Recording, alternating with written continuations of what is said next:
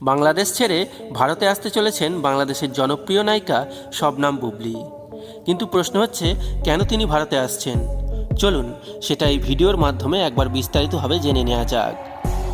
Bangladesh film ইন্ডাস্ট্রিতে Tollywood শিল্পীদের আনাগোনা যুগ যুগ ধরেই, তেমনি ঢালিউড শিল্পীদেরও বাংলায় আনাগোনা লেগেই রয়েছে।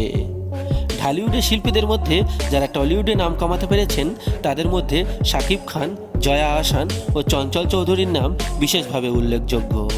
এছাড়া টলিউডের জনপ্রিয় অভিনেত্রী যারা কিনা আবার ঢালিউডে গিয়ে বিশেষ নাম কামাতে পেরেছেন তাদের মধ্যে ঋতুপর্ণা সেনগুপ্ত ও শ্রাবন্তী চট্টোপাধ্যায়ের নাম বিশেষভাবে উল্লেখযোগ্য। এদিকে খুব শীঘ্রই পরিচালক কৌশিক গঙ্গোপাধ্যায়ের পরবর্তী ছবিতে অভিনয় করতে চলেছেন বাংলাদেশের জনপ্রিয় অভিনেত্রী শবনম বুবলী। যদিও এই ছবিতে অভিনয় করছেন কৌশিক গঙ্গোপাধ্যায়, তবুও তার এই ছবিতে একটা বিশেষ গুরুত্ব রয়েছে। শবনম বুবলী, যিনি এই মুহূর্তে শাকিব খানের স্ত্রী, এবং শাকিব খানের স্ত্রী হওয়ার কারণে তাকে নিয়ে চর্চাও কম হয় না বাংলাদেশের অন্দরে। যদিও তারা এখন এক ছাদের তলায় থাকেন না, ইদানিং বুবলির সঙ্গে সম্পর্ক রাখবেন না বলেই স্পষ্ট জানিয়ে দিয়েছিলেন শাকিব খান। তবে এবার সেই শবনম বুবলির সঙ্গেই অভিনয় করতে চলেছেন ভারতের সৌরভ দাস ও কৌশিক গঙ্গোপাধ্যায়।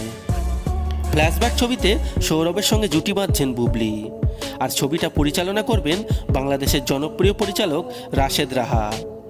তার পরিচালনাতেই তৈরি হচ্ছে এই নতুন ছবি। ফ্ল্যাশব্যাকের চিত্রনাট্য ও সংলাপ লিখেছেন খায়রুল বাসার নির্ঝর, আর কাহিনী রাশেদ রাহা ও নির্ঝরের। সূত্র অনুযায়ী ছবিতে অঞ্জনের চরিত্রে অভিনয় করছেন কৌশিক গঙ্গোপাধ্যায়। সৌরভের চরিত্রের নাম ডিকে, ছবিতে বব ঘুরেছে। বুবলির চরিত্রের নাম দেওয়া হয়েছে শ্বেতা।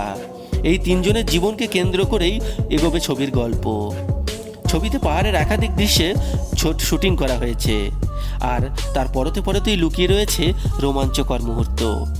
এই মুহূর্তে কলকাতায় ছবির শুটিং চলছে, তবে বেশিরভাগ অংশে শুটিং হবে উত্তরবঙ্গের পাহাড়ের এলাকায়। যাই হোক বন্ধুরা, আপনারা কারা এই অভিনেত্রী শবনম খান বুবলির ফ্যান, অবশ্যই কমেন্ট বক্সে কমেন্ট করে আমাদের জানিয়ে দেবেন। এবং এরকম দরকারি এন্টারটেনমেন্ট নিউজ সবার আগে পাওয়ার জন্য আমাদের চ্যানেলটা সাবস্ক্রাইব করে আমাদের সঙ্গে যুক্ত থাকবেন। ধন্যবাদ।